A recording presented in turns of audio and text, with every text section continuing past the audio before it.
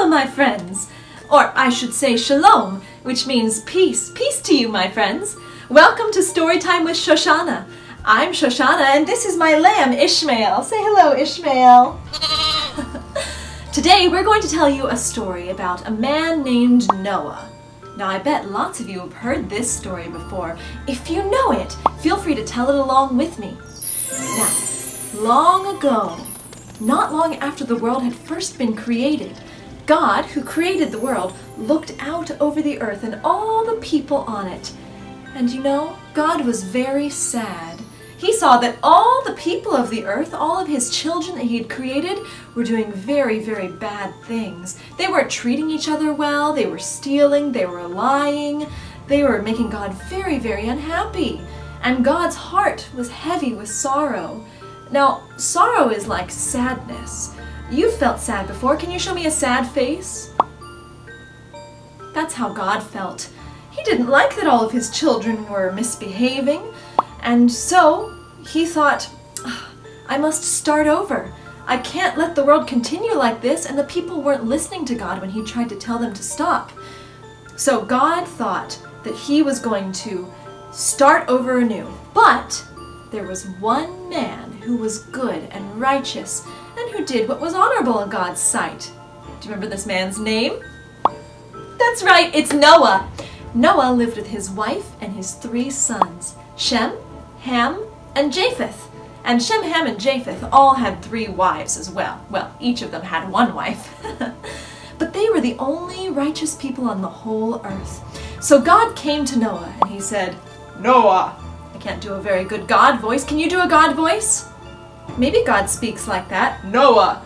But maybe he also speaks in a calm, quiet voice. Maybe he whispered in Noah's ear, Noah. Noah looked around him and then he realized God was speaking to him. Yes, Lord? Noah, I'm very sad that all the people of the earth are doing bad things and mistreating each other. I'm going to start over, and I want you to be the person that starts the earth afresh. Here's what I want you to do. I want you to build a big boat and take your entire family on that boat with you. Now, God told Noah how to build the boat. He told him to take cedar wood, or some people say hickory wood. I think there's a song about that.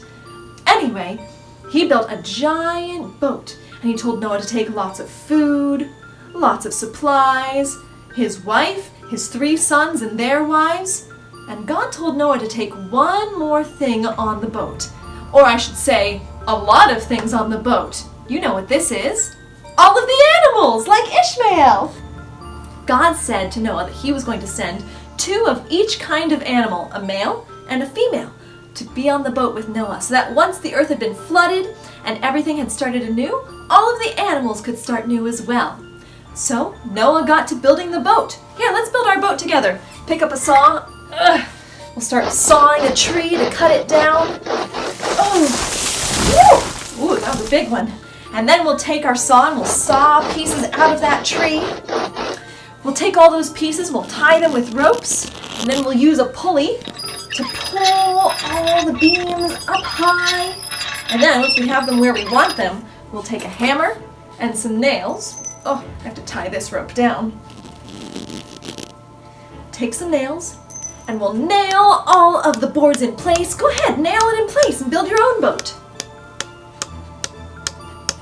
Very good. I think our boat's almost done.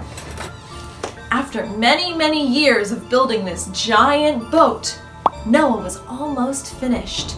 But all the people of the world who saw him doing this laughed at him. They thought he was silly, and when he told them why he was building it, they just continued to laugh at him. They didn't believe that God had talked to him. They kept living their lives. But once the boat was all finished, God told Noah and his family to get inside of the boat. And they did. And after that, who came? All of the animals! God sent 2 of every kind of animal. Let's see. He sent 2 of each chameleons. So here go our chameleons walking onto the boat. He sent 2 narwhals. Do you think he sent narwhals? Maybe, who knows? We'll say the narwhals were swimming alongside the boat. He sent 2 of each dinosaur. Do you think so? Who knows? Let's say there's dinosaurs on our boat. let's see, what other kind of animals can we put on our boat? Uh-oh. We could put a giraffe. Here, let's all be big giraffes walking onto the boat. He put penguins. Can we all be penguins walking onto our boat? He put 2 tigers on the boat. Let's all be tigers. He sent 2 of every bird onto the boat. Here's our birds going onto the boat. Any other animals? He sent 2 dogs onto the boat. I bet some of you have dogs in your homes right now. And that's thanks to Noah bringing them on the boat. So let's be dogs going onto the boat. Now, once all of the animals were on the boat, God shut the door. And then it started to rain. It started to rain softly. And then it got louder. And then it got louder. And then it got louder. And then it started to thunder and lightning. It was raining so heavy. Noah and his family were almost scared. And then they remembered God was protecting them. So it was thundering and it was lightning. And the water started to pick up the boat. And the boat started to rock as it was on the waves. Oh, our boat went to the right. Go to the right. Go to the right. Oh, our boat went to the left. Oh, our boat spun all around. Oh, goodness. And then it kept raining. Do you know how many days it rained for? It rained for 40 days and 40 nights. Continual rain, lots of thunder and lightning. But Noah and his family and all of the animals were safe inside of the boat. Then, at the end of 40 days, it stopped raining. Noah went to a window. He opened the window and he looked out. And you know what he saw?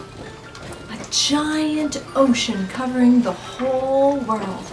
It was taller than all of the trees. It was taller than all of the mountains. Everything was underwater. Now it stayed like this for 150 days. The ark, or the giant boat, came to rest on a mountainside. But all of the water hadn't gone yet. Noah opened a window, and you know what he took? He took a raven, like a crow, and he sent it out the window. And the raven kept flying back and forth. It couldn't find anywhere to land. So Noah waited 7 more days. And then he took a dove, and he sent the dove out the window.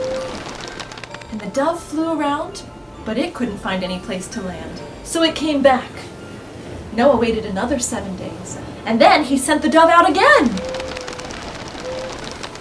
Look for your dove. Why don't you send out your dove and look for it?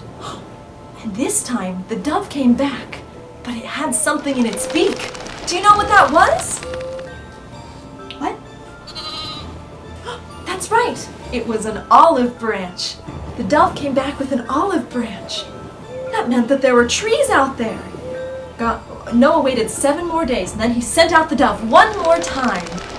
And this time, the dove didn't come back. That meant that there was dry land, and the dove had found a place to build a nest. So, Noah and all of his family went to the door, and God opened the door, and they walked out onto the dry land.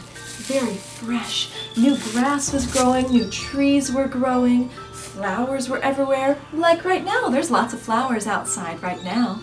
And then all of the animals walked off. All of the animals went to find new homes. And Noah built an altar to God.